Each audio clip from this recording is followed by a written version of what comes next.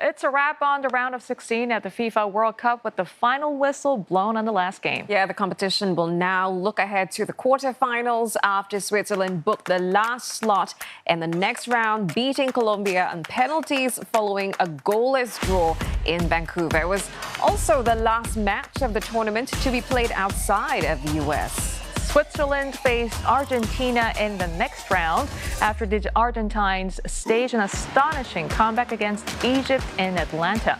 The highly anticipated match, seen as a contest between two talismans in Egypt's Mohamed Salah and Argentina's Lionel Messi, delivered on the hype. The Pharaohs raced to a 2-goal lead, Yasser Ibrahim and Mustafa Ziko scoring either side of the half as Egypt looked to be coasting to the quarterfinals. And Messi, who had missed a penalty earlier, shook that off to inspire the fight back in the 79th minute.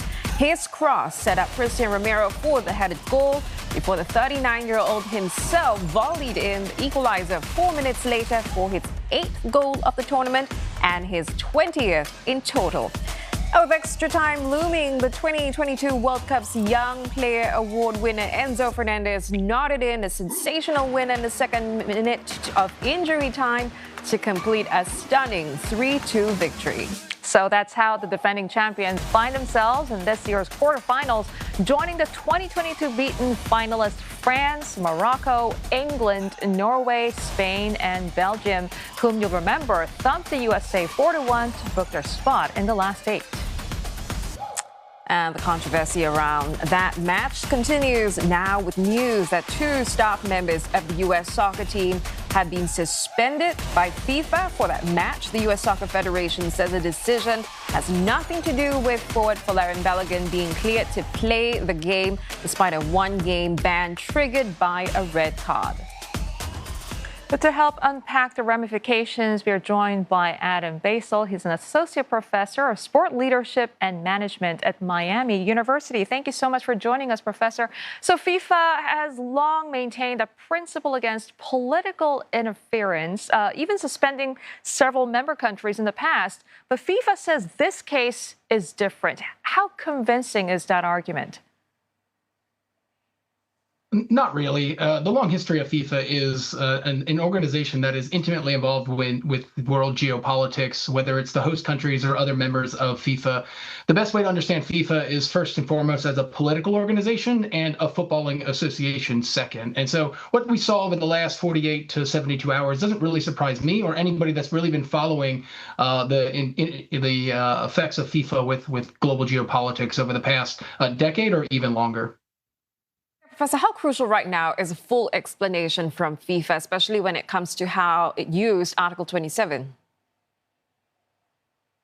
One of the real faults with what happened was that FIFA was on the back foot. And when it comes to the Trump administration, if you give them an inch, they will take a mile. And so part of the issue was around the messaging and the communication from FIFA's point of view. Of course, the decision to suspend the red card to Folarin Balogun was leaked, likely through the Trump administration or other sports media channels. And FIFA simply was on the back foot in terms of a PR standpoint. And even in their official press release, they explained that they had an Article 27, to use to suspend the red card for Balogun, but never explained why they invoked that. So even now, we're still searching for answers. And even those journalists who've been on the trail for the past 72 hours haven't quite got the explanation that we've sought to explain the suspended sentence.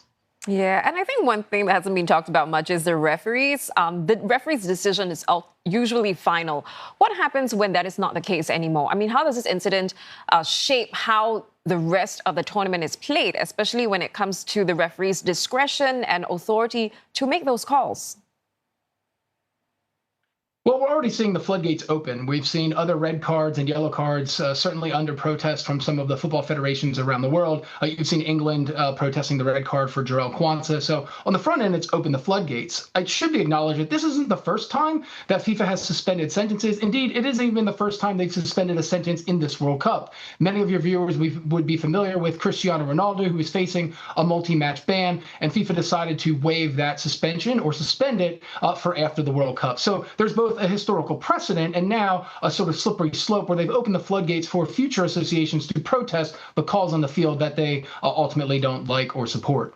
So ultimately, all of this, I guess, comes down to trust. I wonder what sort of lasting damage has this episode done to FIFA's credibility, and how difficult will it be for them to restore confidence? Does that require more than explanation, perhaps fundamental reform?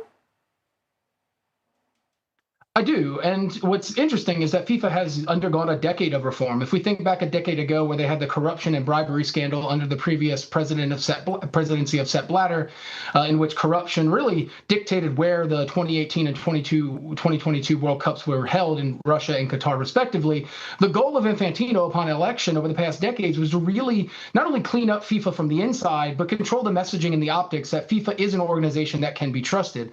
However, the relationship and ongoing friendship with Donald Trump has really caused some doubts within that approach. And what we saw recently in the past 72 hours, as well as other interventions within global geopolitics, is sort of undermine this idea of FIFA trying to clean up its act and rehabilitate itself and become really a true caretaker of global football.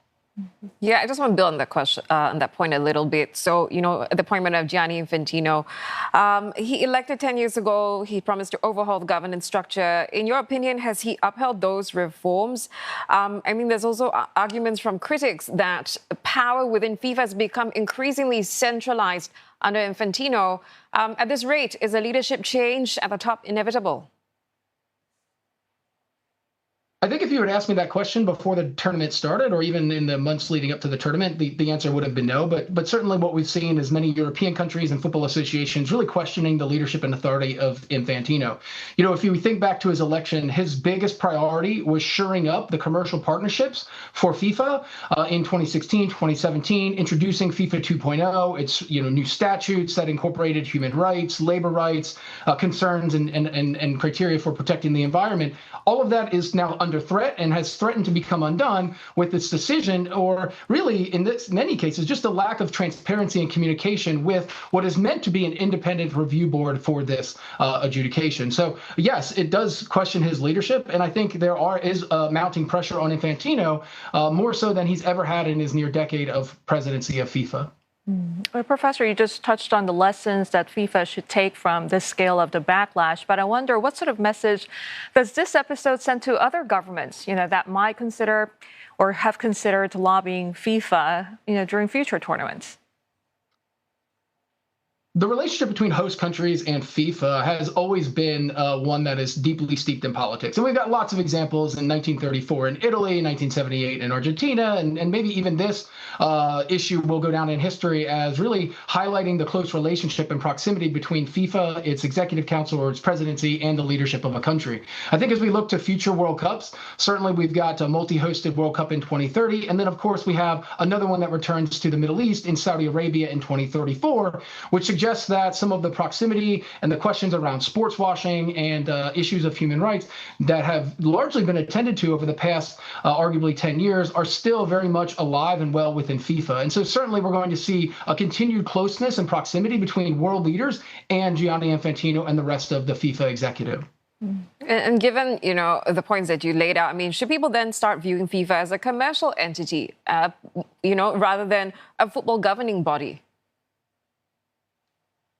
Yeah, first and foremost, when Infantino won election, he stood on the stage and he said, it's not FIFA's money, it is your money. And really what he was signaling from the very onset was the goal is to make as much commercial revenue as possible through ticket sales, which is what led us to dynamic ticket pricing, variable ticket pricing, resale markets, and the most expensive World Cup in history in 2026. We've also got accelerated media broadcast, the expanded World Cup to sell bigger inventory to media. And so first and foremost, Infantino's top priority is to expand commercial revenue via partnerships, media revenue, and tickets. And that revenue is allocated to the member associations, ironically, which keep Infantino in power. And so part of his power assurance and ability to keep and maintain power is to generate increased commercial revenue for those very institutions and associations that vote to keep him in his presidency. All right, Professor, we'll have to leave it there for now, but thank you very much for your insight this morning. Adam Beissel, Associate Professor of Sport Leadership and Management at Miami University.